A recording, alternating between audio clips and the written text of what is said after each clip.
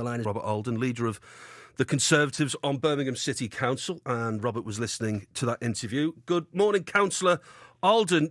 Accusations of you playing petty party politics here and putting your petty party politics ahead of people's health, sir. Morning, Danny. Well, what we've got here is a council that took control in 2012.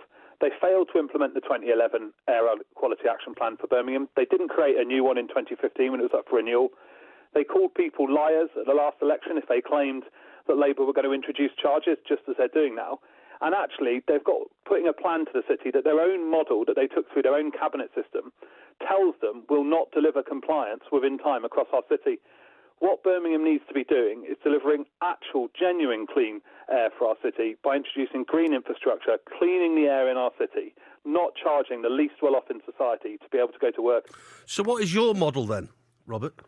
So we'd rather see the council spend the tens of millions that the governments give them on green infrastructure in the city. That would have allowed them to... What does that mean? Just forgive me. What does that mean to the listener? I'm not like even sure what it green means. Walls, they've been shown they remove up to 45% of the pollution in the air. Green walls? Them. Things like city trees. We put forward at budget meetings they should purchase 120 city tree installations. That's equal to the cleaning power of 33,000 trees. Where are you going to plant, Robert, where are you going to plant them on the expressway and through the tunnels?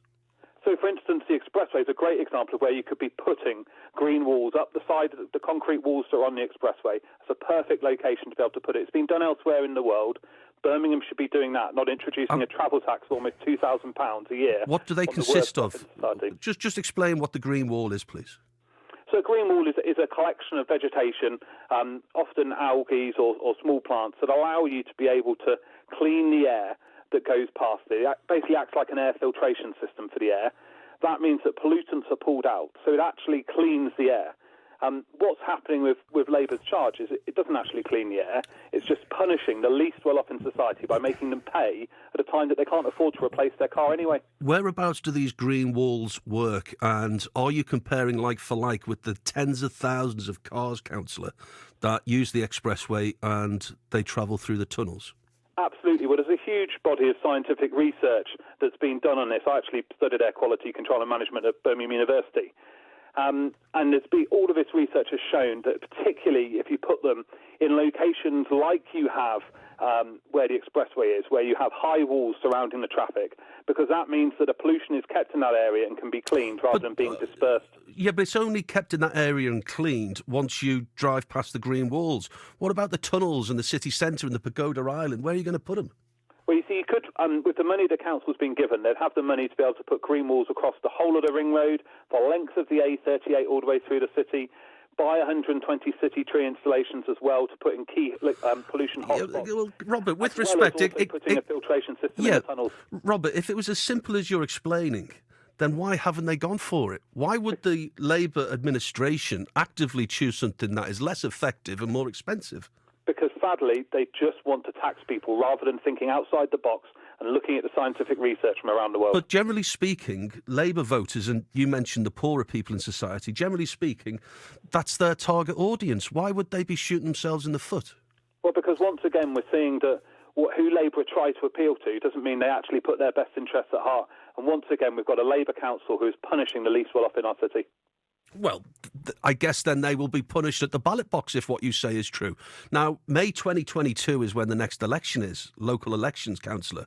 What happens on the morning after if the Conservatives get power? Well, if we take control of council in 2022, we'll be scrapping Labour's travel tax so that private vehicles aren't charged to come into Birmingham. So that means on the next morning, what are you going to do? Just switch all the cameras off? Well, it'd have to go through the process of how it happens, so it'd have to go through a cabinet decision because you can't undo a cabinet decision without taking it through the cabinet process. So it wouldn't be quite as instantaneous as the next morning, but as soon as we're able to, we'd be scrapping it. And we'll be having that on our manifesto. So you will be electioneering with the manifesto. Well, that will be one of the top items that you will be scrapping this, and it is contentious, this polarising, and we can get this now confirmed on air that if the Conservatives are successful in 2022, first thing you're going to do after council meetings, and I get that, is you're going to scrap the whole thing. Absolutely, we'll be scrapping Labour's travel tax on private vehicles. At the last elections, we brought forward a clean air plan. The only political party in Birmingham that did. We'll be doing the same this time to deliver genuine clean air, not tax brummies. OK, and let's just continue, you are then going to plant all of these green walls throughout the city, yeah? Absolutely. OK, Councillor, what about all the dough that's going to go to waste, sir? Sorry?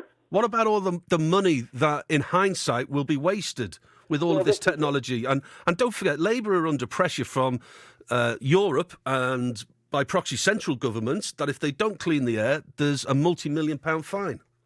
Absolutely, and that's why it's so tragic that they're ploughing ahead with a plan that their own model shows won't deliver compliance in time. They've had tens of millions and they could have spent it on green infrastructure to actually deliver clean air. If they genuinely cared about the people suffering from air pollution in a city, that's what they'd do. Just while we have you in a mood for breaking news live on the air, Robert, would you almost suggest, without putting words in your mouth, there's 11 months between June the 1st and the May elections. What's your message to the Labour administration within those 11 months? And I'm just thinking maybe whether voters now will have this at the top of their mind when they cast their ballot. Well, absolutely. I've no doubt voters will be thinking they were told by Labour last time that we were lying when they said they'd introduce charges, and now Labour are introducing charges. I would plead with the Labour administration, please put the people suffering from air quality first, the least well-off in society who can't afford to upgrade their car first, and choose a different plan. They don't have to do this travel tax, and they should scrap it. OK, let me just play you a little bit of a clip from Harriet Edwards, Policy Manager at Asthma UK and the British Lung Foundation. And by the way, Robert, I suffer with asthma, and my asthma has got worse post-lockdown. Here we go. Here's Harriet Edwards. We just need to make sure that policymakers stick to it now, because more delays is just so disappointing. It just leaves more people who live and work and go to school in the city centre having to breathe in toxic air that is putting their health at risk. We know that air pollution is a health emergency and it requires urgent action now. Councillor, I would argue, I would suggest that if we had Harriet on the line and I said, well, Robert Alden's going to plant a load of trees and a green wall, I think she would have dismissed that. Well, I think what she's highlighted there is that the council needs to sort air quality so that people who suffer from asthma, suffer from respiratory diseases, can get the respite that they need. That's why we need a plan that actually delivers clean air in Birmingham. Labour's plan, their own modelling shows, doesn't deliver compliance in time, and they're failing the people of Birmingham by not putting it aside and choosing a plan that works. Can I thank you for your time, Councillor Robert Alden, Leader of the Opposition? And that's some breaking news for you. Not quite day one, but if the Conservatives are successful in May 2022, in the next election, they are going to scrap. In fact, that's what they'll be electioneering on their manifesto. They are going to scrap the clean air zone. When we